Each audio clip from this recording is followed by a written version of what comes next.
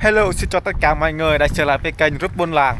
Hiện tại thì Rúp sẽ đi quay và đi quay mà là đi chụp cho Đôn Siêu ha, Đôn Siêu, chụp cho Đôn Siêu, chuẩn bị đám cưới ngày 14 tháng 12. Rúp cũng bất ngờ, cũng rất là vinh dự khi mà Đôn Siêu tin tưởng và gọi mình đi chụp ảnh cưới để trưng bày chỗ ngày cưới lúc 17 giờ ngày 14 tháng 12. Bây giờ thì Rúp chạy sáng xong đi ăn rồi cà phê với bạn bè ở thành phố. Tới khi nào giờ nào mà Đôn Siêu tới á, là Rúp sẽ đi chụp dạo dạo xung quanh thành phố Pleiku hoặc là tới Chi Đăng Gia ở trong làng Rúp luôn ha. Cảm ơn các bạn đã xem video này. Mời các bạn cùng theo dõi Rúp nha.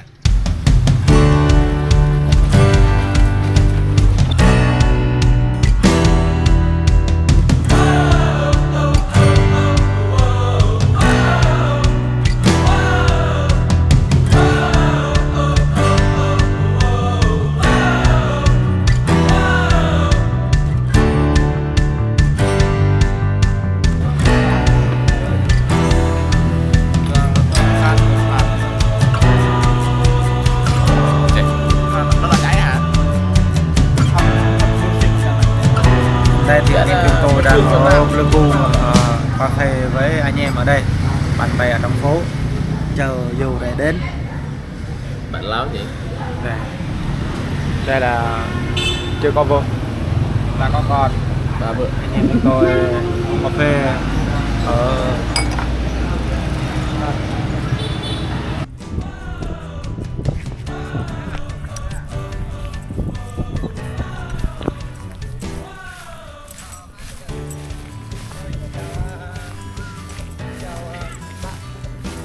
Chào cameraman nhé.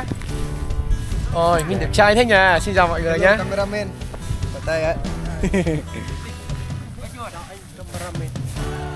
Bây giờ tí là mình làm ở đâu anh? Chào Đâu idol ấy.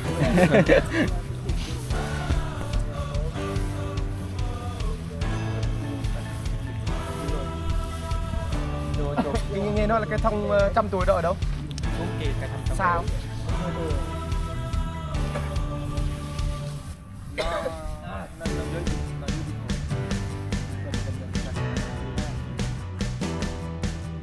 Cầm đi. Ôi, tinh biết gì à?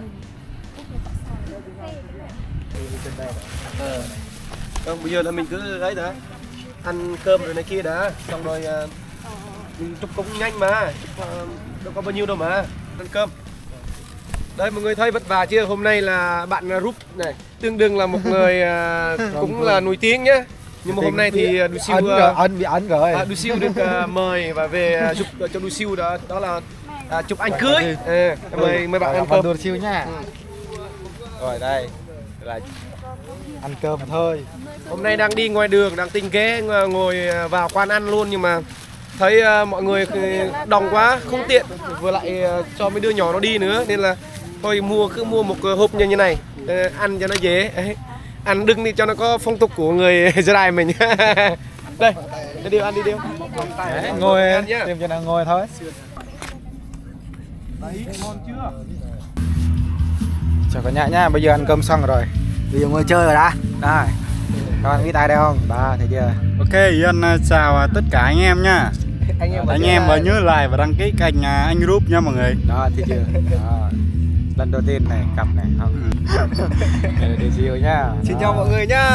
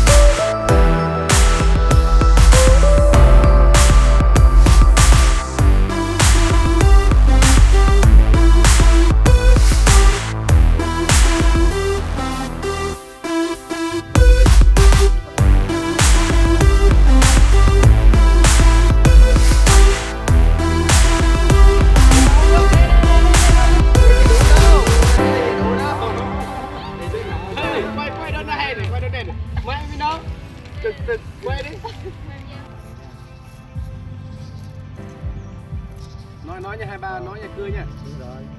1 2 3 2 3. Bây giờ xí nhận chưa được tình cảm với nhau. Vô ơi, vô thích qua đây này, qua đây này. Rồi ok nha. Rồi cả hai đi dắt tay nhau thế này rồi nhìn nhau ha, nhìn nhau mỉm cười, nhìn lên, nhìn ra, nhìn xuống nha.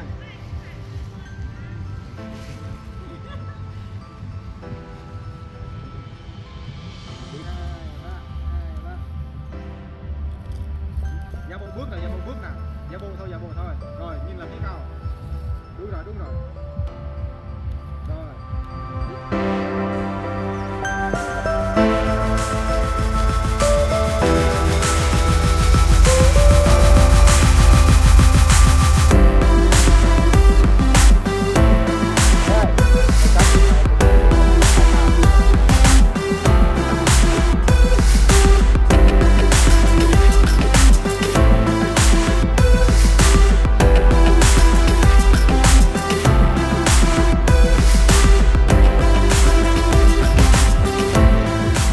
Hello chào mọi người nha. Đúng ra thì anh em chúng tôi sẽ đi qua Siro trục, nhưng mà do trục trặc kỹ thuật một tí nên anh em chúng tôi sẽ thay đổi lại vị trí, là sẽ đi chụp ở mấy cái quán hay là chỗ nào đó đã ha. Mời các bạn cùng theo dõi anh em chúng tôi nha. Ok.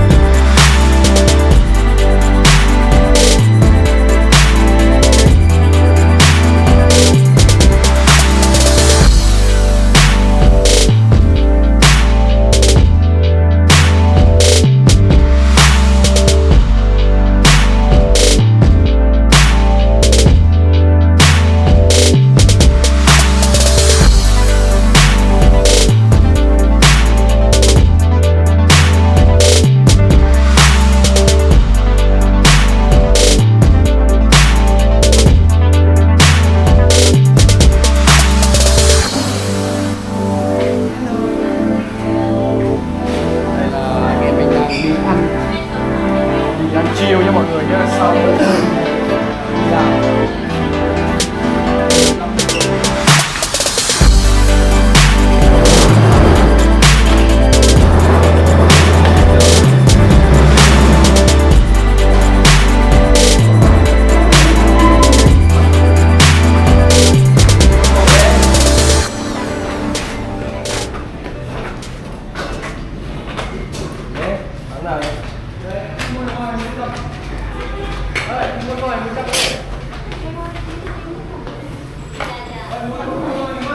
Chắc nhạc cả là.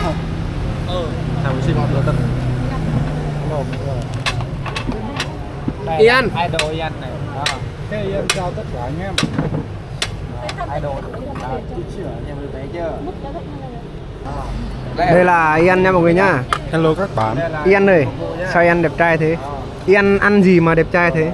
Ăn la mi. Lá mì hả?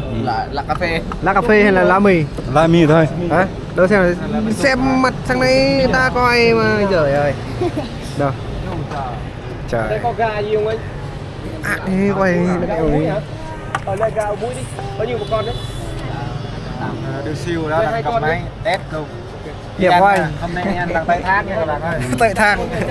Mang quên mang có test. Chặt luôn xong đây buôn gì đấy.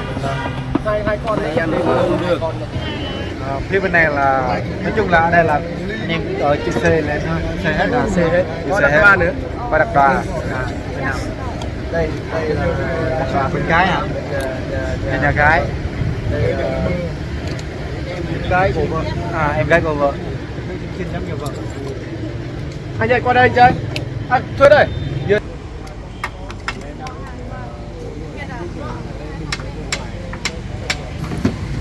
Bây giờ anh em đang tập trung ở quán lẩu quán lẩu cô Duyên.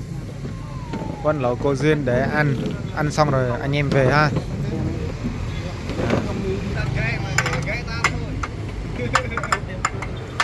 Đây là idol Ian này. Ok, Ian chào tất cả anh em. Idol Ian nha. Xin chào mọi người. Đi tè cái. Đi tay hả? Đi tay cẩn thận nhá. Bò nó tái rồi. Đây là hai sán này. Đây là lẩu hai sán. Chứ ăn mà no rồi. Chứ ăn mà no là hợp lý. Đây đùi gà đây. Đây đùi gà đây. Món gì nữa không nhỉ? Cái đây là món gà đây. Cái đây là lẩu bò đây. Lẩu bò. Đây, lẩu bò đây. Lẩu bò. Gà. Gà Đây luôn. là đây chân gà chiên mắm này. Trên mắm. Canh gà. Còn cái bò tươi này thì mình tí là mình nhung mình ăn thôi. Cái gì ta? Lẩu này. Anh này thì ai coi lẩu này vậy? Mình Xin Facebook chưa? Xin chưa? Lẩu nước. Lẩu nước với rau. lẩu nước với rau. Rau mình để sau.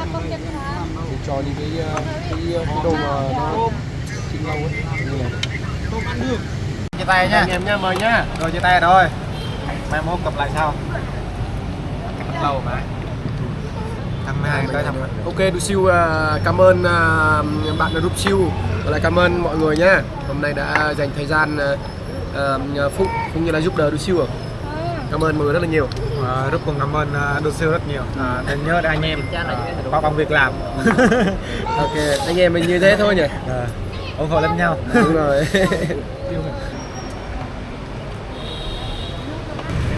Rồi, chào bạn nhá. Cảm ơn anh em rất là nhiều. Chào cameraman.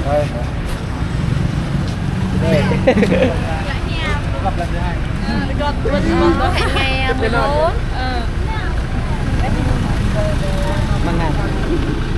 Ian đây, Ian bán hát rồi.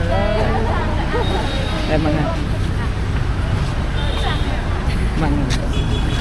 Ok, xin chào. Đi nhá.